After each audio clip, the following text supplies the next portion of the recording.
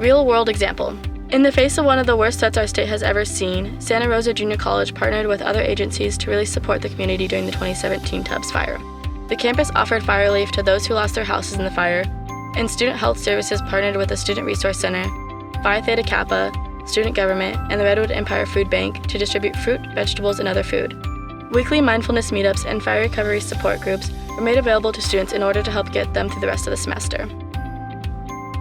These identified pillars of success is a formula for any community college to strengthen their community and the health of the individuals and the health of the community.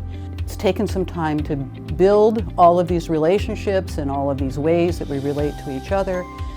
It's not just conceptual for us, it's very real, because we've been able to demonstrate that our college community can respond very quickly, because of this infrastructure, to events that come up in which we need to have a quick response to assure the safety and the health of our community and our students.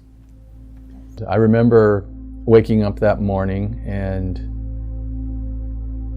I had a friend that lost their house. They came over to our house right away. And then after we'd kind of gotten them in a place where they could start to process, I realized, I live half a mile from the college. What's going on? What are we going to be doing? And so immediately I came over to the college and we set up a call center. So we transferred the student life phones, which is a major call center for students when they have questions. And we had the email transferred to my email, and we started a call center at home. The next day we transferred that back over to the college, and we continued that process for the next 2 weeks.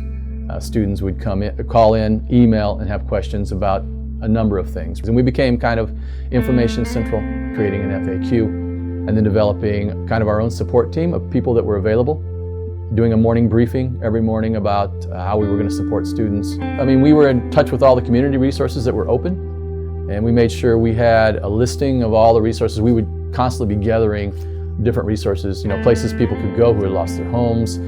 We worked with FEMA. FEMA, actually, we brought them in. They did a day at the college where people could meet with them.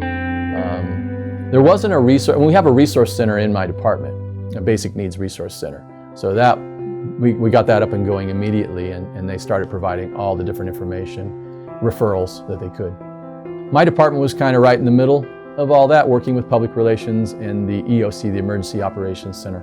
And it was that communication that was everything. The relationships that we had already built, the trust that we had as employees, and then we brought students in. Student government clubs wanted to help out, so they came on, and we partnered with Student Health, Student Psych Services, and we actually had interns on call, psych interns on call, that could be available.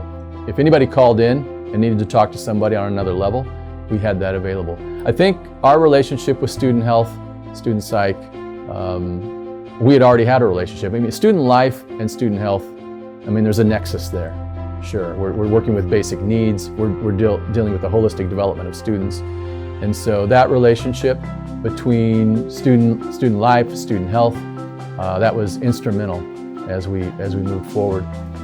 What we were able to do because of the just strong relationships and infrastructures that we've had available at SRJC, that we were able to retrofit this wellness fair into a soft opening of SRJC after closure from the fires. And the event changed from the wellness fair into Sonoma Strong, where we had many community members and the chancellor and community members coming together with the backdrop of wellness. We had the cozy zones, the therapy dogs, we had the dancing, we had the free food, we had basic needs. And it was just an example, I think, of when you have this infrastructure in place, that it gives a lot of strength to a community and gives it resilience and adaptability in terms of really responding in the ways that you need to quickly. So the 8 pillars that we've been talking about in terms of the infrastructure as applied to Santa Rosa Junior College, it is beyond a concept. It's something real that has made our community much stronger and resilient. We've been able to respond very quickly to events, in disasters or things that need a community response quickly. we have those relationships. We have the infrastructure to mobilize resources and to analyze the problems in a community-based way. So it's a real thing, and it works really well here, and we have a really strong community as a result of it. At Santa Rosa Junior College, these 8 pillars provide a strong foundation that structures all aspects of student health. These 8 pillars are designed to help create a healthier and more successful student community.